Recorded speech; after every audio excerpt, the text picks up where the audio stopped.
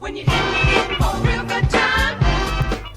One of the most fascinating parts of the Pizza Time Theater era of Chuck E. Cheese are the cabarets. For those who don't know, the cabarets were introduced in 1978 at the second Chuck E. Cheese location on Cruiser Road in San Jose, California, and would become a staple of the brand until most of them would be removed by 1996. In these cabarets, there could be one of a large variety of characters, and today, we're going to be talking about all of them.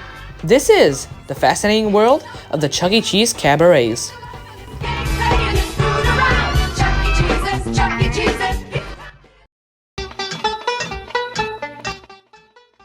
As I said not too long ago, the first cabaret was introduced in the second Chuck E. Cheese location on Cruiser Road in San Jose, California. And the character featured in this cabaret was Dolli Dimples. Dolly was a piano bar singer who mainly played jazz and blues songs, who also just happened to be a hippo. Another interesting thing about Dolly was how adult some of her shows could get. Constantly flirting with the audience, making jokes about her late husband, how she was, quote, too big for. Yeah, not very subtle, Dolly. The animatronic itself even had an additional chest movement for reasons. This can all be explained by the fact that the animatronics were originally made for the adults, not the kids. Gene Landrum even made a sign for the piano bar that had words, quote, especially for mom and dad. The sign never ended up being installed because, there was no real way to keep the kids out. Look, it's a singing hippo. Who wouldn't want to check her out? Her original animatronic at the Cruiser location was made of fiberglass and latex, being the only cabaret character to ever be made like this. And if you're wondering, where is she now? Gone, most likely. In 1980, Pizza Time Theater wanted to diversify the amount of cabaret characters because at one location, there was Dolli Dimples, at another location, there was Dolli Dimples, at another location, there was Dolli Dimples. So, Pizza Time Theater created Artie Antlers. Artie Antlers is a piano-playing moose who also played jazz and blues. Man, Pizza Time Theater were lazy. Anyways, Artie was a retrofit of Dolly without the chest mechanism.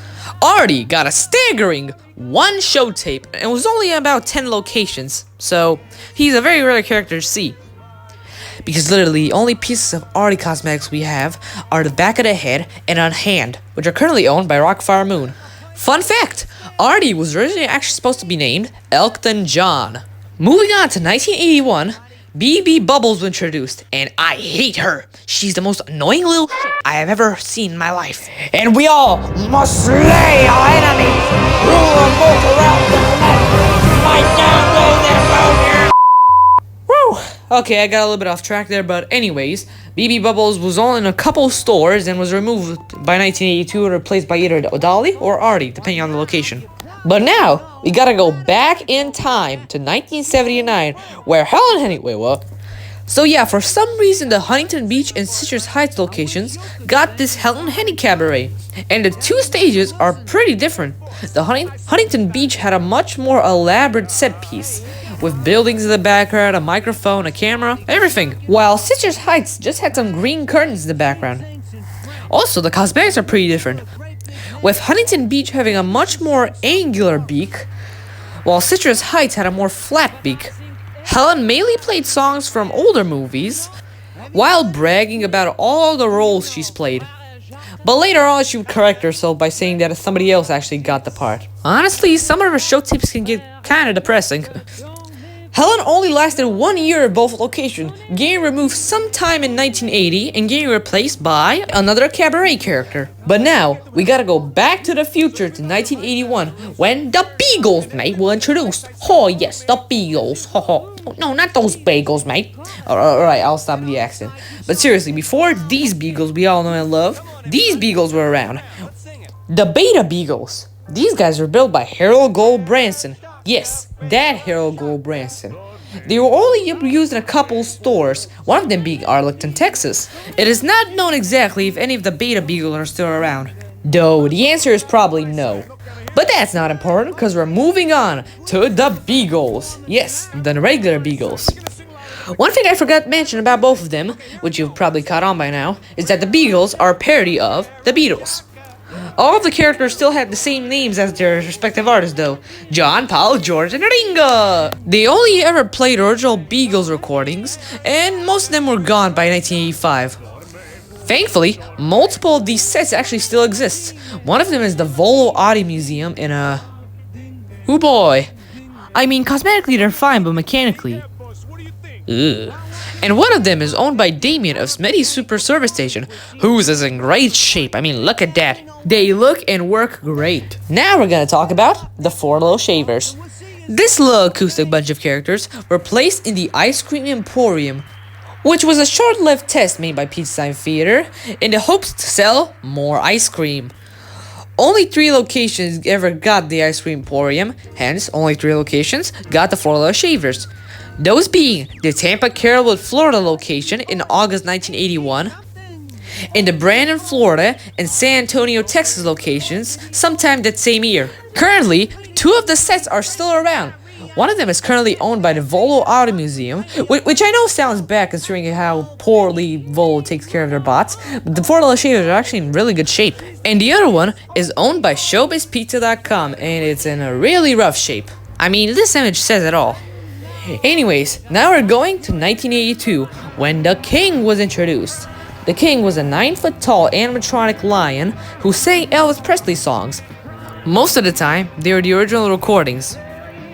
In 1983, when Pizza Time Theater was having some financial troubles, they decided to retrofit some of the Kings into the King Cat, which is a parody of Michael Jackson. Fun fact, this guy was actually originally supposed to be named Michael Katzen. He was basically the exact same as the original King, but he just played Michael Jackson songs. Though this guy didn't last long, since in 1984, CC went bankrupt. But once they were bought out by Showbiz, the King actually managed to stay around up until 1995. And now, we're gonna talk about some of the most obscure cabaret characters. Those being Family Album and Hot Fudge. These guys were introduced in stores in 1983 because of a shortage of balcony stages. Let's start with Family Album. The band consists of 3 human characters, which are controlled by servos actually. The characters' names were chosen in local competitions, and we don't actually know the names of any of the characters at any locations. Something unique about Family Album and Hot Fudge is that the characters actually interacted with the guests between shows. That's right, just like the interactive Billy Bob that was also getting introduced at that time, Pizza Time Theater had their own version of this, where you could talk with horrifying human creatures. Like, what the hell is this? They look like f***ing fish. Are those eyes? Are those irises? Do they need help? Though this stage actually did have a pretty cool element. You see, the stage was a giant turntable. Alright, I'm tired of looking at these guys. Let's just move on to Hot Fudge. Hot Fudge was an animatronic band based off the puppet show of the same name. Just like Family Album, they were able to talk to the audience between shows. These characters were only installed in 6 locations, those being Clawson, Michigan, Warren, Michigan, Oakmoss, Michigan, Warwick, Rhode Island, Danvers, Massachusetts, and Ann Arbor, Michigan. Fun fact, Clawson, Michigan was the only location to actually keep the same names for the characters as the TV show, while all the other locations had them named in a local vote.